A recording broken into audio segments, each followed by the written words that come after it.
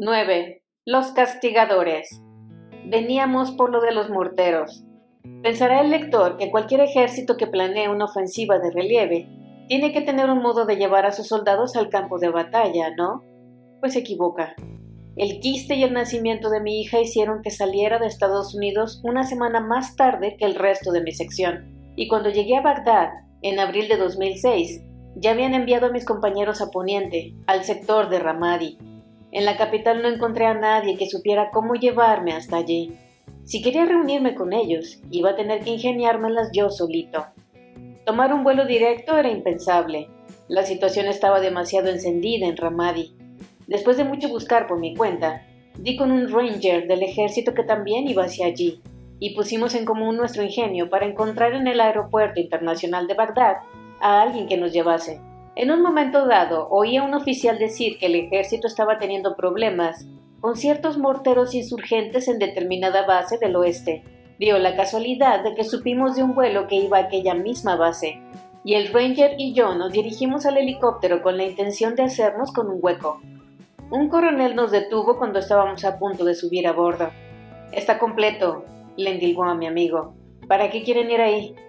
«Somos francotiradores, señor», le dije yo levantando el estuche de mi fusil, «y vamos a ocuparnos del problema que tienen con los morteros». «Ah, bien», dijo, y acto seguido anunció a la tripulación con un bramido. «Estos chavales necesitan salir en el primer vuelo disponible. Súbanlos ya». Embarcamos, para lo cual hubo que apear a 2 de sus hombres. Cuando llegamos a la base ya se habían encargado ellos de los morteros. Sin embargo, seguíamos teniendo un problema. No había vuelos a Ramadi, y las probabilidades de que hubiese un convoy eran menores que las de ver nevar en Dallas en pleno mes de julio. Pero tuve una idea. Me fui con el ranger al hospital de la base y busqué a un sanitario. En los SEAL he trabajado con varios de ellos y sé por experiencia que los del Cuerpo de Sanidad de la Armada son unos haces cuando se trata de salir de un embrollo. Saqué del bolsillo una moneda conmemorativa de los SEAL y me la dejé en la palma de la mano para ponerla en la de nuestro nuevo amigo cuando nos presentamos con un apretón de manos. Se trata de una moneda especial creada con la intención de honrar a los integrantes de una unidad por su arrojo o por cualquier logro especial. Las de los SEAL son muy apreciadas, tanto por lo que simbolizan como por ser muy poco frecuentes.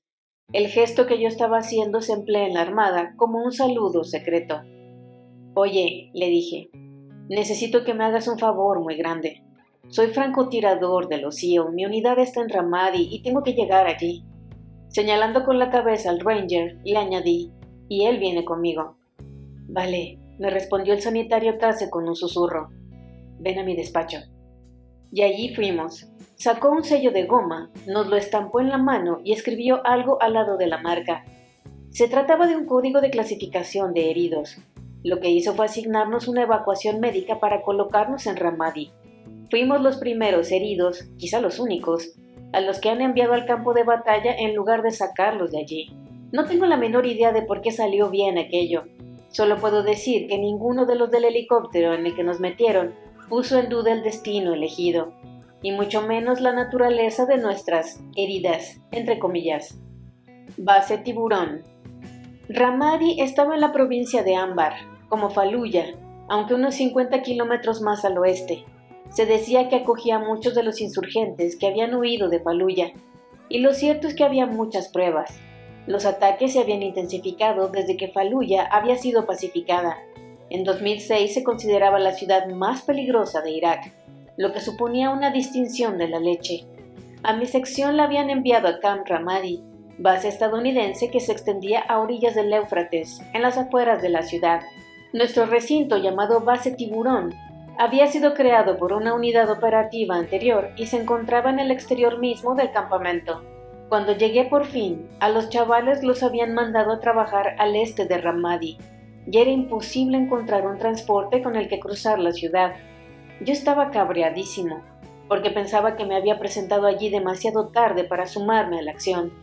Buscando algo con lo que entretenerme mientras daba con la manera de reunirme con el resto de la sección, pedí permiso al mando para apostarme en las torres de vigilancia. Había habido insurgentes tanteando el perímetro, acercándose cuanto podían a la base para rociarla con sus Kalashnikov.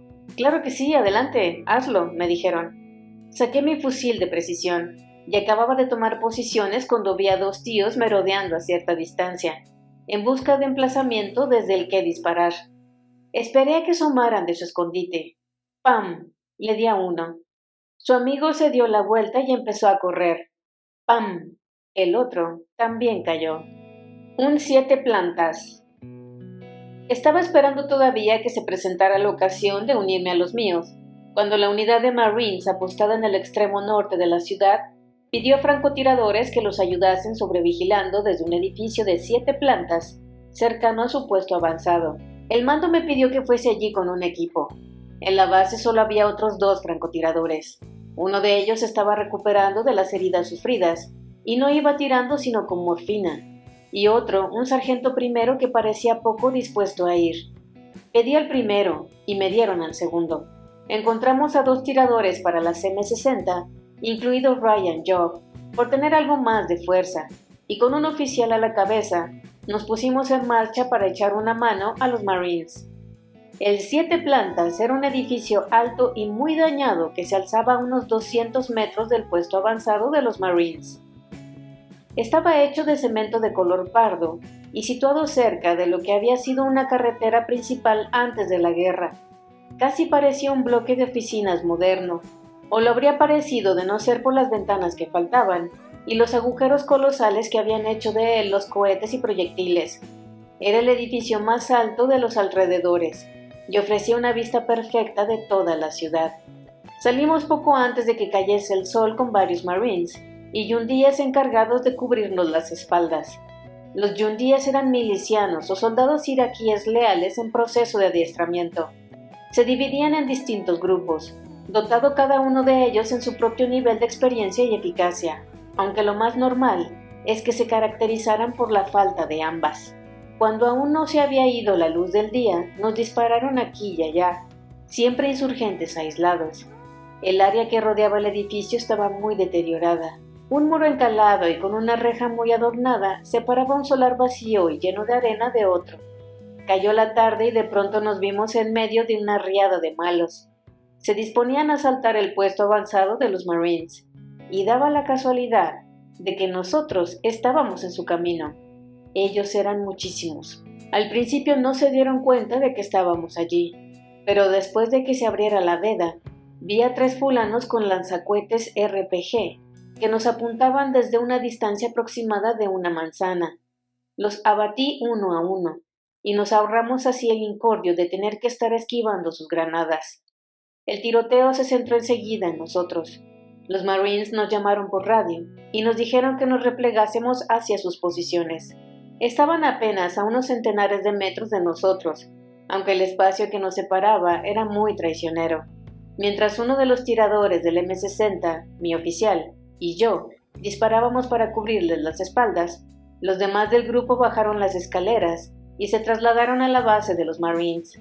Todo ocurrió con tanta rapidez que cuando estuvieron a salvo nos percatamos de que nos había rodeado el enemigo, así que nos quedamos donde estábamos. Ryan se dio cuenta de que nos encontrábamos en un buen apuro en cuanto llegó al puesto de los de infantería de marina. Él y el sargento primero discutieron sobre si debían o no cubrirnos. Este decía que su trabajo consistía en permanecer con los yundíes, que estaban ya agazapados dentro del campamento de los Marines. Le dio órdenes de estarse quieto, y Ryan le dejó claro por dónde podía metérsela. Entonces corrió hacia la azotea del edificio en el que estaban, y allí se unió a los Marines que intentaban protegernos con sus fuegos mientras nosotros rechazábamos a los insurgentes. Los Marines enviaron una patrulla a sacarnos de allí, y mientras los veía venir hacia nosotros, descubrí a un rebelde que se movía tras ellos. Disparé una vez. Los de la patrulla se echaron al suelo, y el iraquí también, pero él no volvió a levantarse. «Hay un francotirador de los insurgentes allá adelante y es muy bueno», avisó por radio el operador de comunicaciones. «Ha estado a punto de darnos». Entonces me puse yo a mi aparato. «Soy yo, capullito. Mira detrás de ti», le dije. Se dieron la vuelta y vieron a aquel salvaje tirado sin vida en el suelo, con un lanzacohetes en la mano. «¡Dios santo! ¡Gracias!», respondió el Marine. «No hay de qué», le contesté yo. «De todos modos, Aquella noche había también francotiradores iraquíes operando, y de hecho yo abatí a 2. Uno de ellos se había apostado en el alminar de una mezquita, y el otro en un edificio de los alrededores. Aquel ataque no estuvo del todo mal coordinado. Fue uno de los mejor coordinados de cuanto conocimos en aquel sector.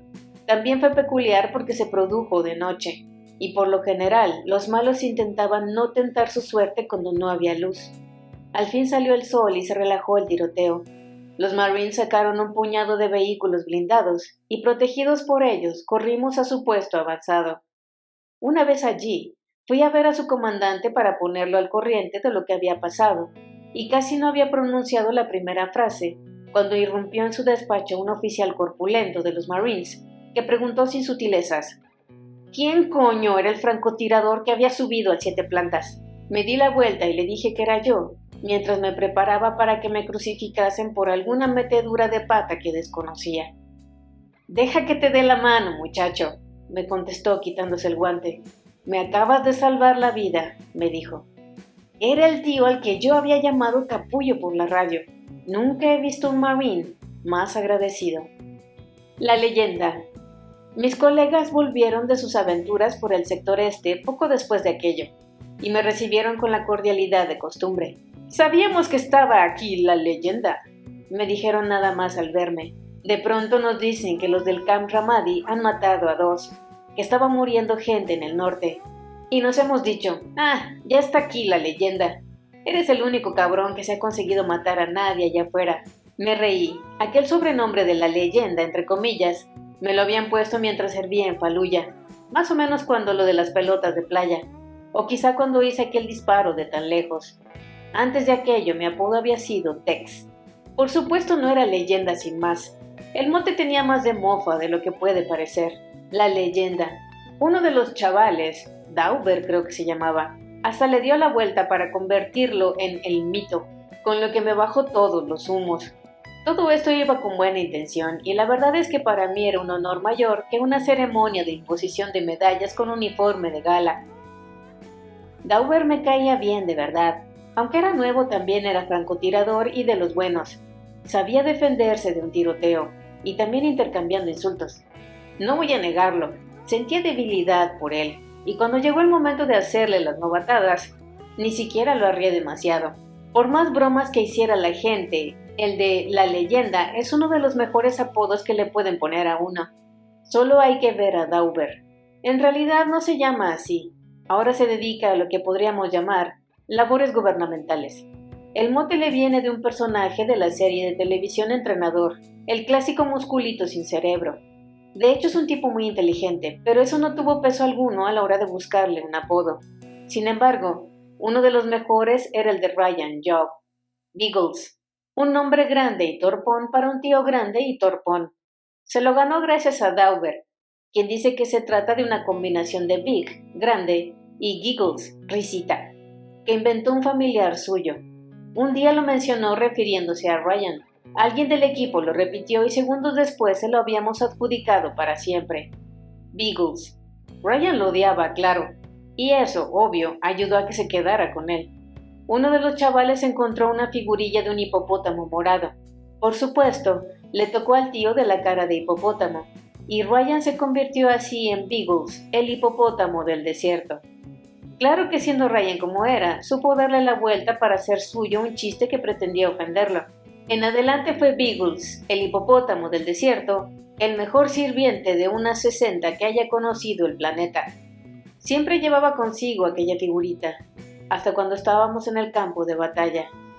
Ese tío se hacía querer. Los castigadores. Nuestra sección tenía su propio sobrenombre, uno que iba más allá del de Cadillac. Nos hacíamos llamar los castigadores. Para quienes no conozcan al personaje, el castigador apareció en una serie de Marvel en la década de 1970.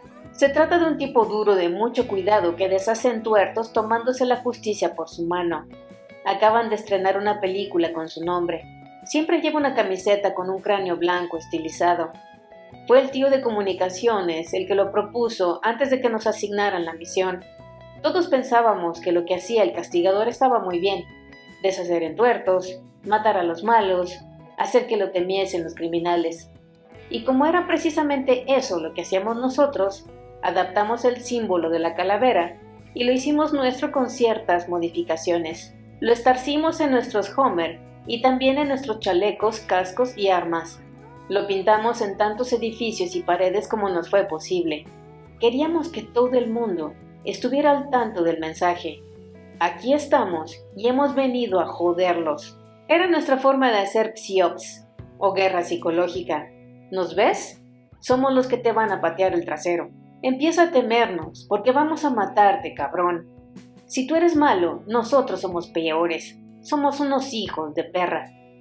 Nuestra sección hermana quiso que le prestásemos el patrón que habíamos usado para marcar nuestros pertrechos, pero a nosotros no nos dio la gana.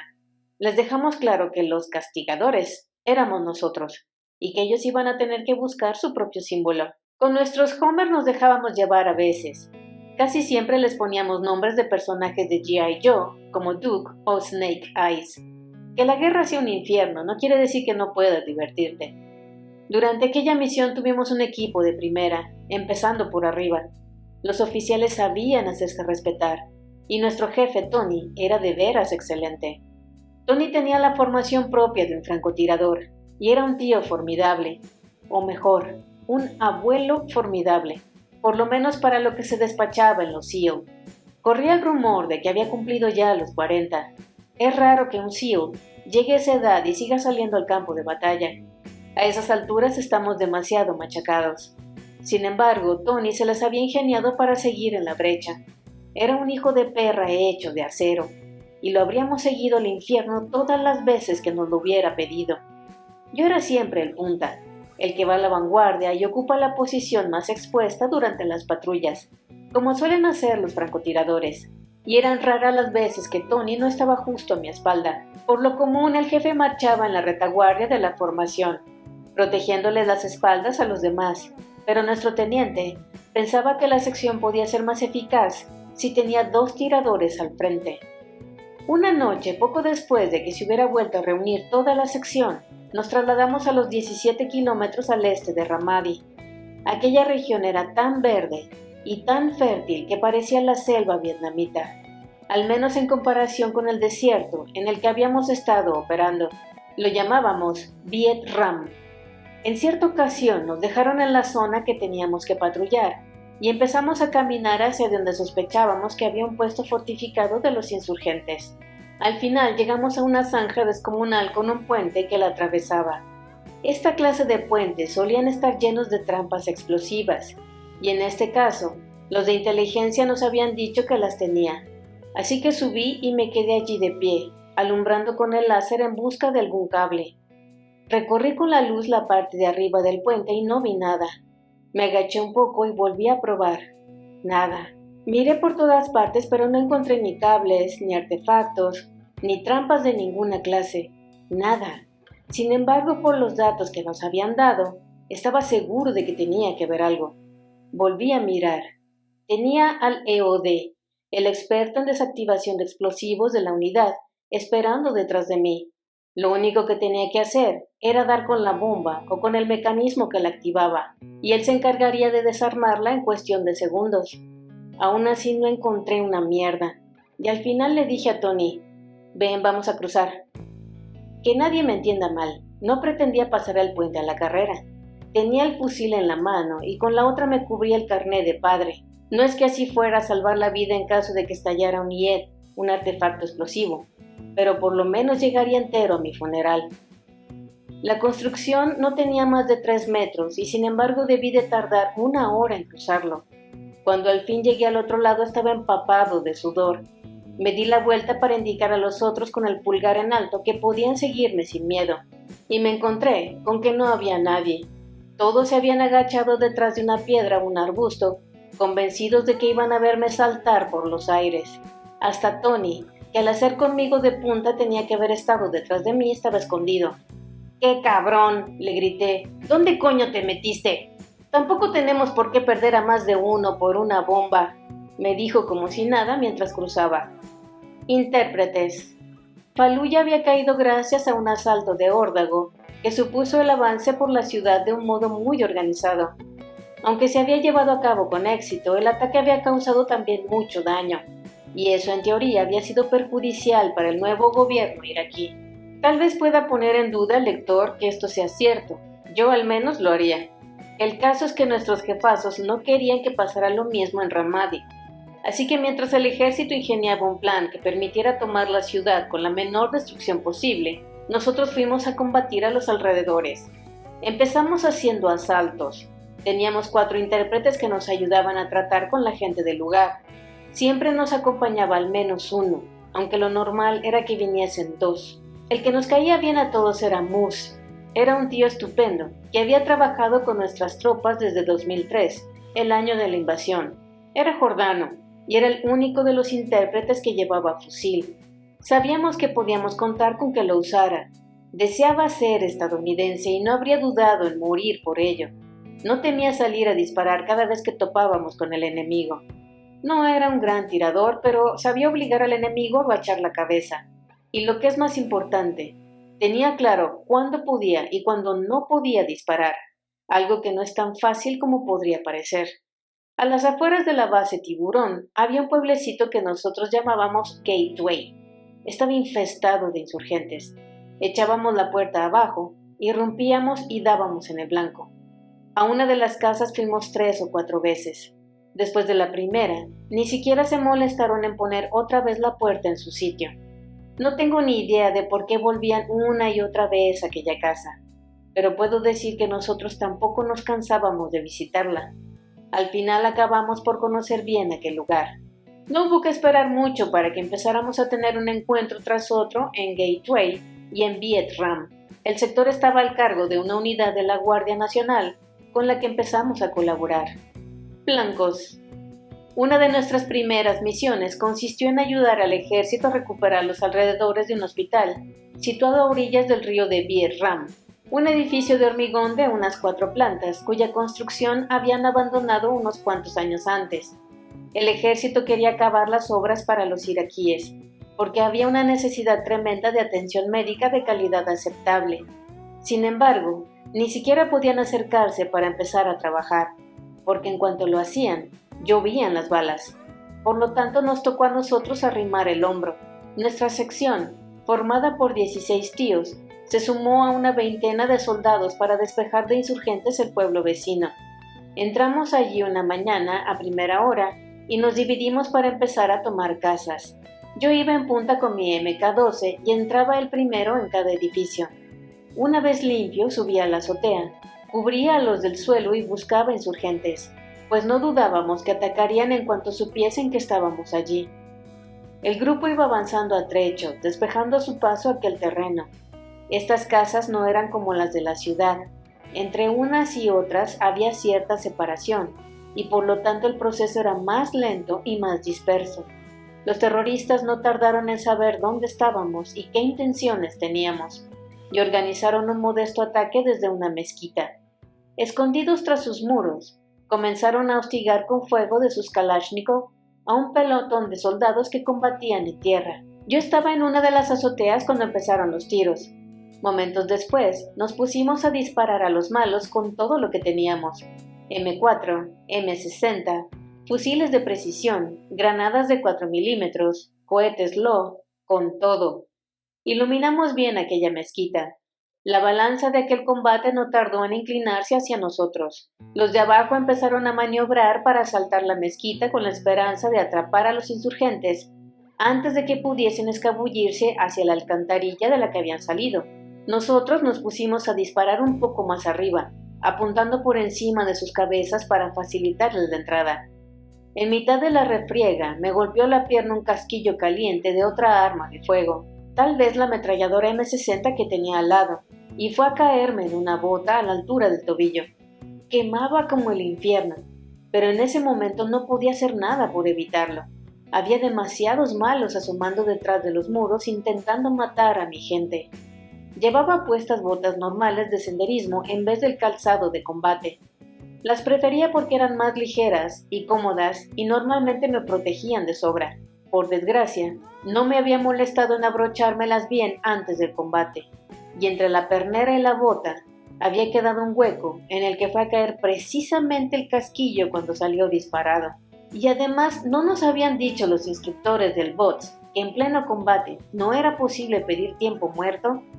Cuando se calmaron las cosas, aproveché para ponerme de pie y sacármelo, y me traje con él un buen trozo de piel. Aseguramos la mezquita, nos trabajamos el resto del pueblo y cerramos el chiringuito. Distintos modos de matar. Estuvimos patrullando con el ejército varias veces más, tratando de acabar con la resistencia de aquella zona. La idea era sencilla, aunque peligrosa en potencia. Hacíamos que nos vieran para que nos dispararan los insurgentes, y una vez que habían revelado sus posiciones podíamos responder y matarlos, cosa que por lo general conseguíamos. Al verse rechazados del pueblo y la mezquita, los insurgentes se retiraron al hospital. Les encantaban los edificios sanitarios, no solo por ser grandes y estar por lo general bien construidos, y proporcionar por lo tanto una buena protección, sino porque sabían que nosotros nos lo pensábamos 2 veces antes de atacarlos, aunque los hubiesen tomado los terroristas. Después de darle muchas vueltas, el mando del ejército decidió al final atacar el edificio. Todos estuvimos de acuerdo al oír el plan, y vamos allá. Nos quedamos a sobrevigilar en una casa situada a unos 200 o 300 metros del hospital, del que nos separaba un campo raso. En cuanto nos vieron los insurgentes, nos cayó una buena. Uno de mis chavales descargó un Carl Gustav contra la parte alta del edificio desde el que nos estaban disparando. El Gustav hizo un agujero de los buenos en la pared y salieron cuerpos disparados por todas partes. El cohete nos dejó más calmados y cuando se dio la resistencia, el ejército pudo entrar y tomar el edificio.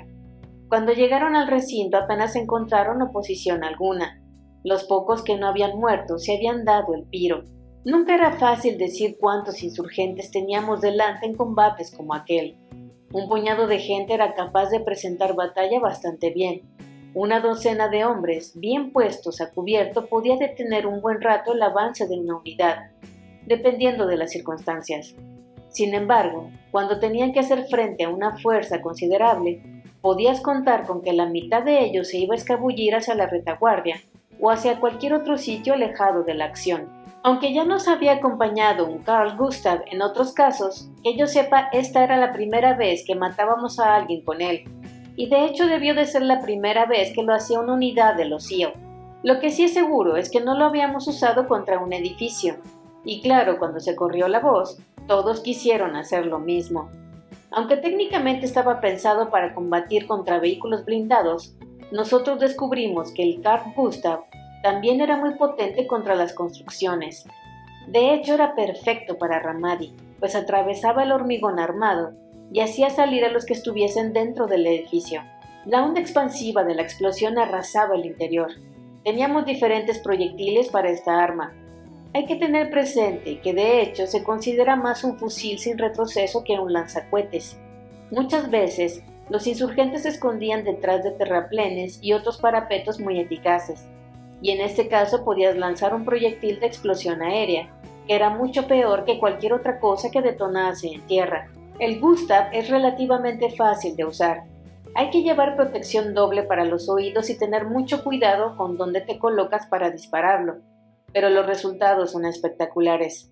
Al final todos los de la sección querían usarlo, y juro que hasta había peleas por ver quién iba a lanzarlo.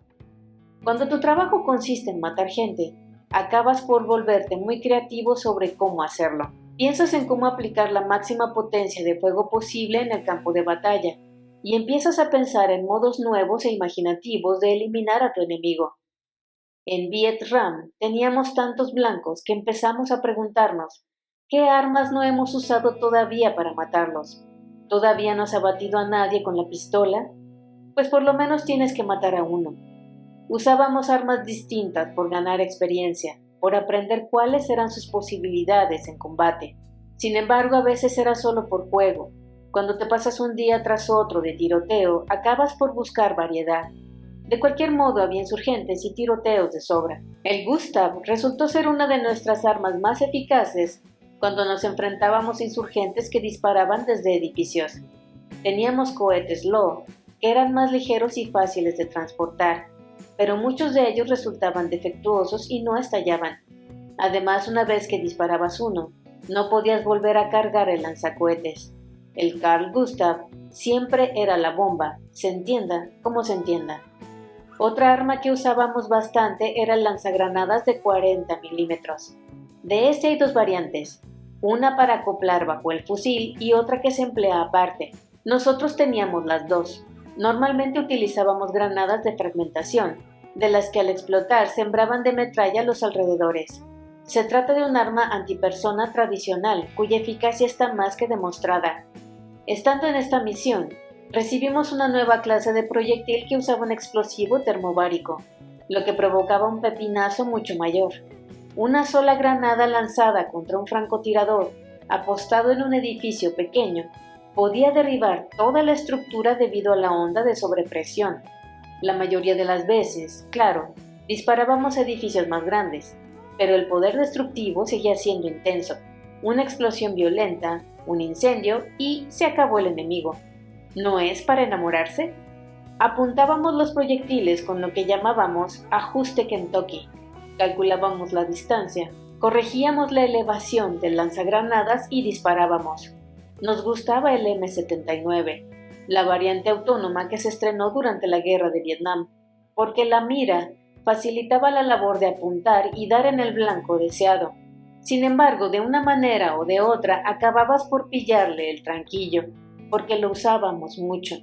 Teníamos un enfrentamiento cada vez que salíamos, y eso nos encantaba. Talla.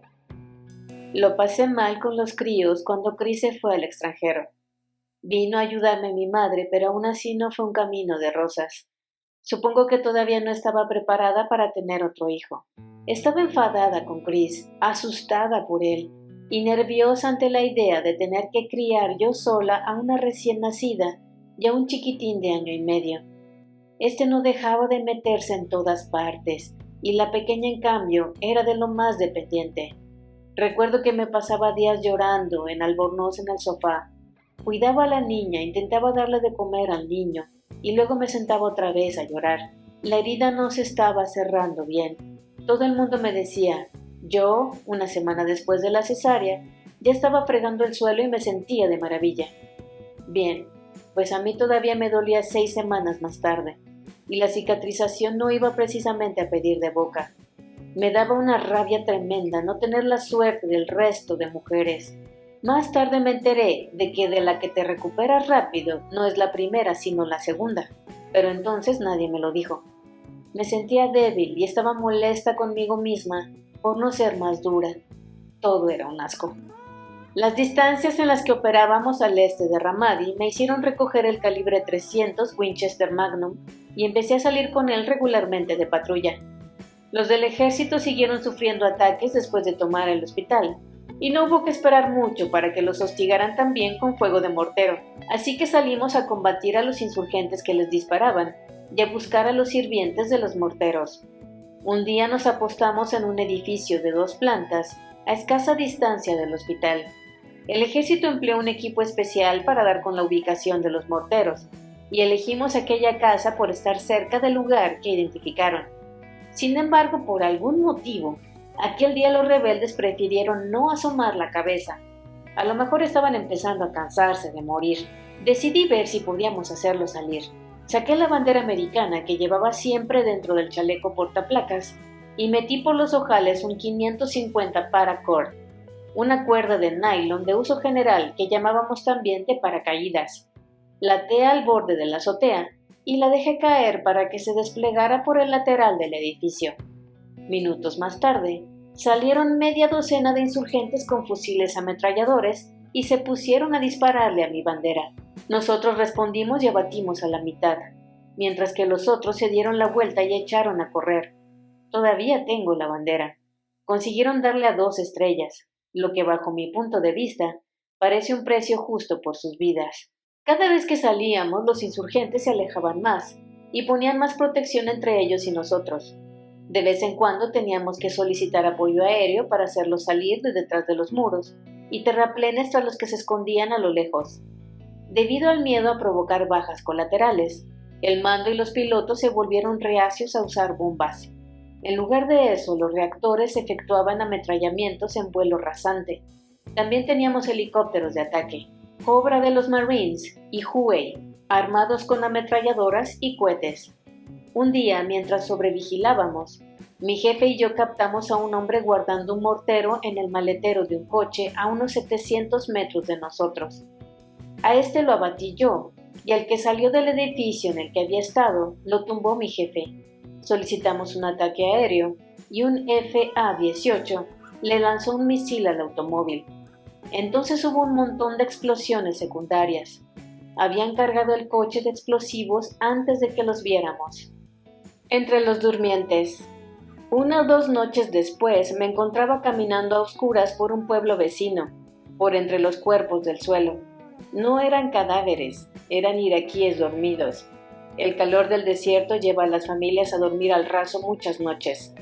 Iba a tomar posiciones para sobrevigilar una redada en el mercado, en donde tenía un puesto uno de los insurgentes. La información que nos habían dado indicaba que las armas del coche que habíamos hecho estallar venían de allí. Nos habían lanzado a unos 4 y a mí a unos 6 kilómetros del resto del equipo, que planeaba hacer la incursión por la mañana. Nuestra misión consistía en llegar antes que ellos, reconocer la zona y vigilarla, y luego protegerlos cuando llegasen. Caminar de noche por sectores ocupados por los rebeldes no era tan peligroso como podía pensarse, porque casi siempre estaban dormidos. Los iraquíes veían llegar nuestros convoyes durante el día y volver antes de que oscureciera, y los malos, por tanto, se figuraban que habíamos vuelto todos a la base. Ni apostaban guardias, ni patrullaban la zona. Eso sí, tenías que mirar dónde ponías los pies. Uno de los de mi sección estuvo a punto de pisar a un iraquí dormido mientras marchábamos hacia nuestro objetivo. Por suerte se dio cuenta en el último momento, y pudimos seguir sin despertar a nadie. El ratón Pérez es un aficionado a nuestro lado. Encontramos el mercado y nos dispusimos a vigilarlo. No era más que una hilera de casuchas diminutas de una planta que servían de comercio. Ni siquiera tenían escaparate. Abrían la puerta y vendían sus productos en la calle. Poco después de apostarnos, nos avisaron por radio de que había otra unidad en algún punto del sector. Minutos más tarde vi a un grupo de gente sospechoso. «Oye», le dije al de la radio, «estoy viendo a 4 tíos con Kalashnikov y chalecos de pertrechos, enmullados hasta las cejas. ¿Esos son?» Quería decir que vestían como muyas o muyahidines, que era como solían hacerlo los insurgentes fuera de la ciudad, con camisas largas y turbante. En la ciudad era frecuente que llevaran ropa de estilo occidental. El chándal y otras prendas deportivas partían la pana. Los 4 del grupito venían del río, tal como era de esperar. «Espera, que lo averiguaremos», me dijo el de transmisiones del otro lado. Los estuvimos observando. Yo desde luego no pensaba disparar, no iba a arriesgarme a matar a un americano. La unidad tardó lo suyo en responder a nuestro centro de operaciones, que a su vez ordenó a los de mi sección que se mantuviesen a la espera. Yo seguía sin quitarles el ojo de encima a los desconocidos mientras los veía avanzar. «No son nuestros», me confirmaron al final. «La otra unidad ha cancelado su operación». «Mola», dije. «Entonces me he tirado un rato dejando venir hacia nosotros a 4 fulanos. Estoy convencido de que de haber estado allá afuera, ni siquiera los habría visto. Son unos verdaderos ninja». Todos estábamos cabreados. Mis chavales seguían sentados en el Homer, escrutando el desierto a la espera de que apareciesen los muyahidines. Yo volví a mi tarea de sobrevigilar la zona en la que debía actuar. Lo que sí vi unos minutos más tarde fue a los 4 insurgentes que había dejado escapar poco antes. Yo le di a uno, y uno de los francotiradores abatió a otro antes de que los demás se pusieran a cubierto. Entonces aparecieron detrás de ellos otros 6 o 7. Así fue como nos encontramos en medio de un tiroteo. Nos pusimos a lanzar granadas. El resto de la sección oyó los disparos y se lanzó también a la refriega, pero los combatientes que habían topado con nosotros se esfumaron. Perdido todo el factor sorpresa, la sección emprendió a oscuras el asalto al mercado. Encontraron municiones y alguno que otro Kalashnikov, pero nada parecido a un arsenal de consideración. Nunca llegamos a averiguar lo que pretendían aquellos insurgentes que pasaban por allí. Otro de los misterios de la guerra. Lo mejor de lo mejor. Creo que todos los SEAL sienten un respeto enorme por nuestros hermanos de la unidad selecta antiterrorista, sobre la que tanto se ha escrito. Son lo más selecto de los grupos selectos. En Irak no tuvimos mucha relación con ellos, pero la segunda de las 2 veces que coincidimos ocurrió unas semanas más tarde, después de entrar en la ciudad de Ramadi propiamente dicha. Habían oído que estábamos matando a un montón de salvajes por las calles y enviaron a uno de sus francotiradores para vernos actuar. Imagino que querían averiguar qué era lo que nos estaba funcionando tan bien. Si me paro a considerarlo ahora, me arrepiento de no haber intentado alistarme con ellos. En aquel momento no estaban usando francotiradores con tanta frecuencia como los otros equipos. La mayor parte del trabajo lo estaban haciendo los grupos de asalto, y yo no quería ser un asaltador. Me encantaba lo que hacía. Quería ser francotirador, tener la oportunidad de usar mi fusil y matar al enemigo. ¿Por qué iba a renunciar a eso? Mudarme a la costa este y empezar de cero. Eso por no hablar del adiestramiento que tienes que soportar para demostrar que puedes trabajar con ellos. Habría tenido que pasar unos cuantos años haciendo asaltos antes de poder hacerme un hueco otra vez entre los francotiradores. ¿Por qué iba a hacer todo eso cuando ya estaba operando de francotirador y me encantaba? Sin embargo, ahora que he oído hablar tanto de sus misiones y de sus logros, creo que tenía que haberlo intentado. Tienen fama de arrogantes y de estar más que pagados de sí mismos, pero esa reputación no les hace justicia. Yo he tenido la oportunidad de conocer a algunos tras la guerra, cuando han venido al centro de adiestramiento que dirijo, y son gente muy campechana y muy humilde cuando hablan de sus victorias. Me hubiese encantado haber podido combatir en sus filas. Civiles y salvajes. Aunque la ofensiva de Ramadi estaba aún por comenzar oficialmente, no nos faltaba movimiento. Un día nos informaron de que había insurgentes colocando IED en determinada carretera. Salimos a vigilarla, además de asaltar casas y tomar medidas para prevenir emboscadas a los convoyes y a las bases americanas. Es verdad que en ciertas situaciones puede ser complicado distinguir a los paisanos de los insurgentes, pero también que los malos nos la ponían muy fácil. Los aviones no tripulados vigilaban una carretera, por ejemplo, y cuando veían a alguien colocar una bomba, eran capaces no solo de localizarla, sino de seguir al insurgente hasta su domicilio. Eso nos ofrecía una información excelente sobre el paradero de los malos. Los terroristas que se disponían a atacar a los americanos se delataban por los movimientos tácticos que efectuaban ante la llegada de un convoy o al acercarse a una de nuestras bases. Avanzaban a hurtadillas con los Kalashnikov preparados y se les veía a la legua. Aunque ellos también aprendieron a ubicarnos, cuando tomábamos una casa en una aldea, reteníamos en el interior a los habitantes por su seguridad, y los vecinos sabían que si aquella familia no había salido a las 9 de la mañana, era porque había americanos en el edificio. Los insurgentes lo tomaban como una invitación a venir a ver si podían matarnos. La situación se hizo tan predecible que daba la impresión de responder a un programa predeterminado. A las 9 de la noche más o menos teníamos tiroteo. Al mediodía se relajaba la cosa, y entonces a las 3 o a las 4 de la tarde tocaba otro. Habría resultado una situación divertida de no haber sido la vida lo que nos estábamos jugando, aunque al mismo tiempo resultaba divertido de un modo algo retorcido.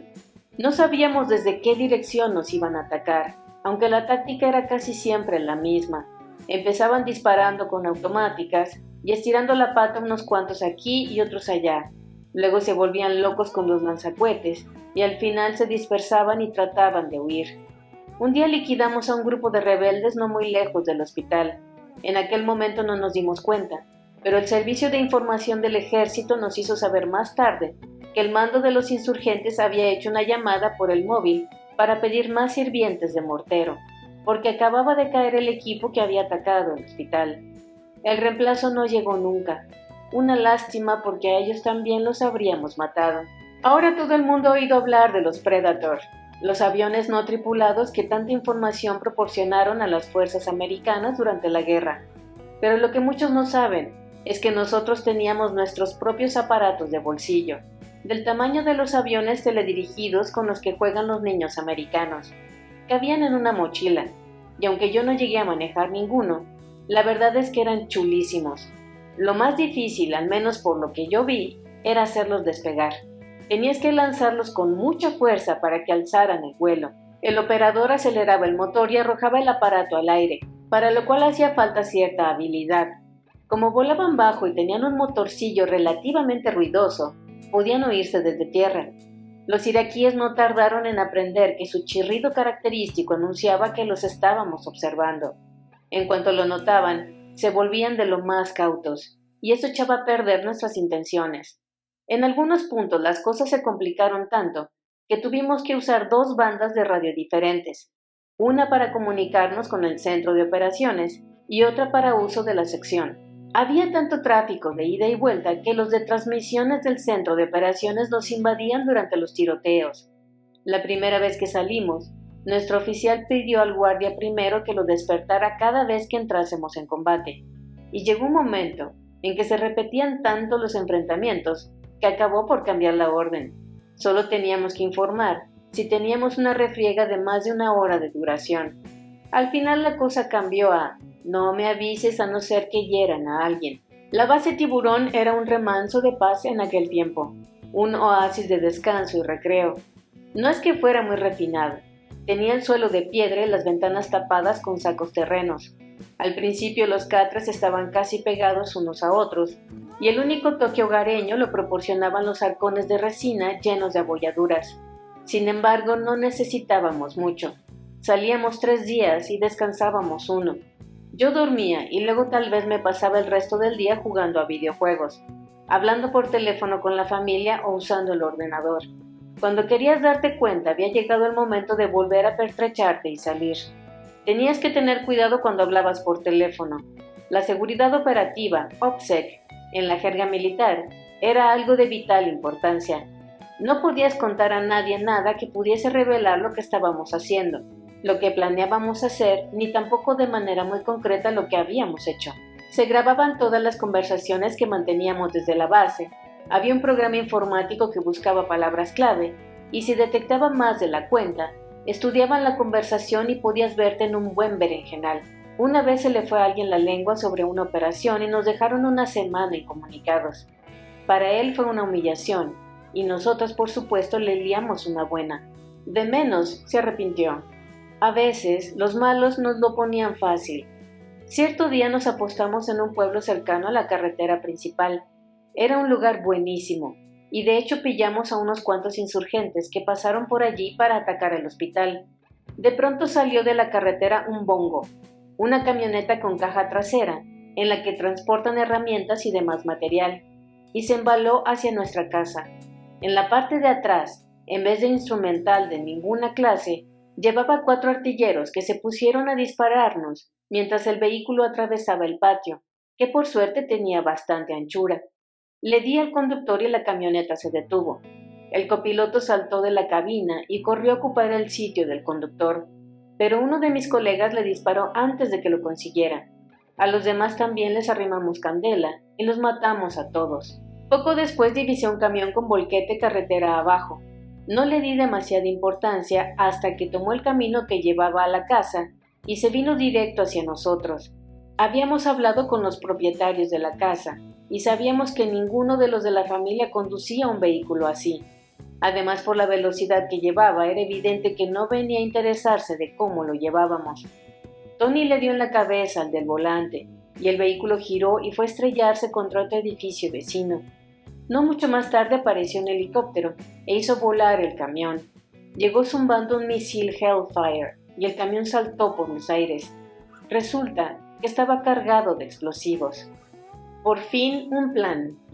A principios de junio el ejército dio con un plan para hacerse con Ramadi. Si los Marines habían ido conquistando Fallujah de manera sistemática, dando caza a los rebeldes y expulsándolos de allí, aquí eran ellos quienes iban a venir a nosotros. La ciudad se encontraba metida entre canales y tierras pantanosas. El acceso por carretera era limitado. El río Éufrates y el lago Javanilla la delimitaban al norte y al oeste, y en cada uno de esos lados había un puente cerca del extremo noroeste. Al sur y al este ayudaban a formar una frontera natural entre la ciudad y el campo, un lago, pantanos y un canal de desagüe estacional. Las fuerzas estadounidenses iban a entrar desde la periferia, los Marines desde el norte y el ejército desde los otros 3 lados. A continuación crearíamos puntos fortificados en diversas partes de la ciudad para dejar claro quién mandaba allí, y sobre todo para desafiar al enemigo a atacar. Cuando lo hiciera, responderíamos con todo lo que teníamos. Iríamos instaurando una fortificación tras otra y extendiendo así nuestro control sobre toda la ciudad. Aquel lugar era un desbarajuste total. No había gobierno operativo alguno y la anarquía lo dominaba todo. Los extranjeros que pisaban la ciudad se convertían de inmediato en objetivo de los asesinos o los secuestradores, aunque viajasen en convoyes blindados. Sin embargo, para los iraquíes de a pie era un infierno aún peor. Los informes que recibíamos calculaban que la insurgencia lanzaba más de 20 ataques diarios contra los nativos. El modo más rápido de morir consistía en alistarse al cuerpo de policía, y entre tanto la corrupción campaba por sus respetos. El ejército estudió los grupos terroristas de la ciudad y llegó a la conclusión de que había 3 categorías diferentes: fanáticos islamistas extremos, asociados con Al-Qaeda y otros grupos similares, habitantes del lugar, que aun siendo un tanto menos exaltados, seguían queriendo sangre americana, y bandas de delincuentes oportunistas que pretendían básicamente sacar tajada de todo aquel caos.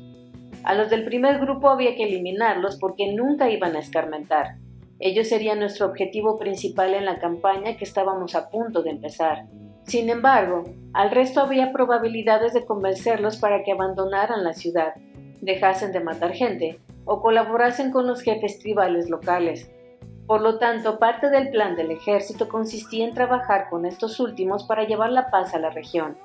Todo hacía pensar que se habían cansado de los insurgentes y del desconcierto que había llevado consigo y los querían ver fuera de allí. Tanto la situación como el plan eran mucho más complejos de lo que puedo resumir yo aquí.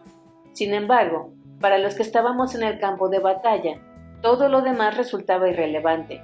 Nos importaban un pimiento los matices. Lo que veíamos, lo que sabíamos, era que había un montón de gente que quería matarnos y nos limitábamos a contraatacar. Los yundíes. Había un punto en el que sí nos afectaba la generalidad del plan, y no precisamente para bien. La ofensiva de Ramadi no estaba pensada exclusivamente para las tropas americanas. Más bien, el papel primero y central de la reconquista y la salvaguardia de la ciudad tenía que caer sobre el nuevo ejército iraquí. Sus soldados estaban allí, no los primeros, aunque sí de hecho en el centro. Sin embargo, no en el sentido en que estará pensando el lector. Antes de comenzar el asalto recibimos instrucciones de ayudar a ponerle rostro iraquí a la guerra, expresión que empleaban los mandos y los medios de comunicación para hacer ver que los iraquíes se habían situado en la vanguardia para hacer de su país un lugar seguro. Adiestramos unidades iraquíes y cuando era posible, fuese o no deseable, los invitábamos a acompañarnos en nuestras operaciones. Trabajábamos con 3 grupos diferentes, aunque a todos los llamábamos yundíes, del árabe que significa soldado. Por más que técnicamente algunos fueran policías, daba igual a qué cuerpo perteneciesen, todos daban pena. Habíamos empleado un grupito de exploradores durante las operaciones que habíamos hecho al este de la ciudad. Al entrar en Ramadi, habíamos usado agentes de la SMP, una clase de policía especial, y luego teníamos un tercer grupo de soldados iraquíes a los que habíamos recurrido en los pueblos de los alrededores. En la mayoría de las operaciones, los colocábamos en el centro de nuestras columnas, mientras que nosotros ocupábamos la vanguardia y la retaguardia. Si entrábamos a una casa, ellos se quedaban en la primera planta, vigilando y hablando con la familia cuando el edificio no estaba deshabitado. Como combatientes, eran un desastre. Parece que lo mejorcito que se despachaba en cuanto a soldados estaba siempre en la insurgencia, luchando contra nosotros. Supongo que la mayoría de nuestros yundíes tenían buenas intenciones, pero si hablamos de pericia militar, vamos a dejarlo en que eran gente incompetente, por no decir peligrosa. Una vez me estaba preparando con un compañero de los SEAL, llamado Brad, para entrar en una casa. Estábamos de pie ante la puerta principal y teníamos a uno de nuestros yundíes detrás de nosotros. El arma del iraquí se encasquilló, por lo que fuese, y no se le ocurrió otra cosa que quitar la protección y apretar el gatillo, con lo que descargó una ráfaga justo a mi lado. Yo estaba convencido de que procedía de la casa, y a Brad le pasó lo mismo, así que nos pusimos a contraatacar acribillando la puerta. Entonces oí gritar a mis espaldas. Alguien le estaba echando la bronca a un iraquí al que se le había disparado el arma. Sí, Los tiros eran nuestros y no de nadie de dentro de la casa. Estoy seguro de que el Yundi estaba pidiendo disculpas, pero yo no estaba de humor para escuchar nada de eso, ni entonces ni más tarde. Brad dejó de disparar y el SEAL que había acudido a encargarse de la puerta se echó hacia atrás. Yo seguía intentando averiguar qué diablos había pasado, cuando se abrió la puerta de la casa y apareció tras ella un hombre mayor al que le temblaban las manos. «Pasen, pasen», dijo, «aquí no hay nada, no hay nada». Dudo que fuera consciente de lo cerca que había estado de que fuese cierto en un sentido literal. Además de ser ineptos hasta lo indecible, había yundíes que simplemente eran flojos. Cuando les pedías que hiciesen algo, te respondían con un sencillo «Inshallah», si Dios quiere. La mayoría de ellos se habían alistado por tener un sueldo fijo, pero no tenían ninguna intención de luchar, y mucho menos de morir por su país. Por su tribu, a lo mejor. A su tribu, a su círculo familiar amplio, era lo que debían deber a su lealtad. Y para la mayor parte, lo que estaba ocurriendo en Ramadi no tenía nada que ver con eso. Me doy cuenta de que buena parte del problema tiene que ver con la cultura torcida de Irak. Esa gente llevaba toda su vida bajo una dictadura. Irak como país no significaba nada para ellos, o al menos nada bueno. Se alegraban de haberse librado de Saddam Hussein, y mucho más de ser libres, pero no entendían lo que significaba eso en realidad, lo que traía consigo el hecho de ser libre. El gobierno ya no iba a manejar más sus vidas, pero tampoco les iba a dar alimento ni ninguna otra cosa. Un palo tremendo. Y estaban tan atrasados en educación y en tecnología, que a los americanos muchas veces nos parecía que vivían en la edad de piedra. Es normal compadecerse de ellos, pero eso es una cosa y otra muy diferente querer que intenten dirigir por ti una guerra que es tuya. Además, mi trabajo no consistía en darles las herramientas que necesitaban para progresar. Lo mío era matar y no enseñar. Hicimos de todo por ellos para que quedasen bien. En un momento dado de la campaña, secuestraron al hijo de un funcionario local. El servicio de información averiguó que lo tenían en una casa situada cerca de un centro universitario de la ciudad. Entramos de noche, echamos abajo la puerta y tomamos un edificio de grandes dimensiones para sobrevigilar. Mientras yo observaba desde la azotea, algunos de mis chavales se hicieron con la casa y liberaron al rehén sin resistencia alguna. Aquello causó sensación en toda la ciudad, así que cuando llegó el momento de hacerse la foto, llamamos a nuestros yundíes, que se llevaron todo el mérito del rescate mientras nosotros quedábamos en segundo plano, como profesionales discretos. Cosas como esta pasaron en todo el campo de operaciones. Estoy seguro de que en Estados Unidos debían de estar publicando no pocas historias sobre lo bien que se estaban desenvolviendo los iraquíes y sobre cómo los estábamos adiestrando. Todas ellas pasarán probablemente a los libros de historia. Y todas son mentira. La realidad fue muy distinta. Yo creo que todo eso de querer ponerle cara iraquí a la guerra fue una gilipollez. Si quieres ganar una guerra, vas y la ganas, y después puedes ponerte a adiestrar a la gente si quieres. Hacerlo a mitad del combate es una estupidez. De hecho, fue un milagro que las cosas no se jodieran más todavía. El COP hierro. El polvillo de las carreteras de tierra se mezclaba con el hedor del río y de la ciudad a medida que nos acercábamos al pueblo. No se veía nada aquella hora, aunque no debía de quedar mucho para que hiciera de día. Nuestro objetivo era una vivienda de 2 plantas que había en el centro de un pueblecito en el sur de Ramadi, separado de la parte principal de la ciudad por una serie de vías de tren. Nos metimos enseguida a la casa. Sus habitantes, claro, se asustaron al vernos aparecer y nos miraban con evidente recelo. Sin embargo, no parecían abiertamente hostiles a pesar de la hora. Mientras hablaban con ellos los intérpretes y los yundíes que venían con nosotros, subí a postarme en la azotea. Era el 17 de junio, el día que empezó la acción en Ramadi.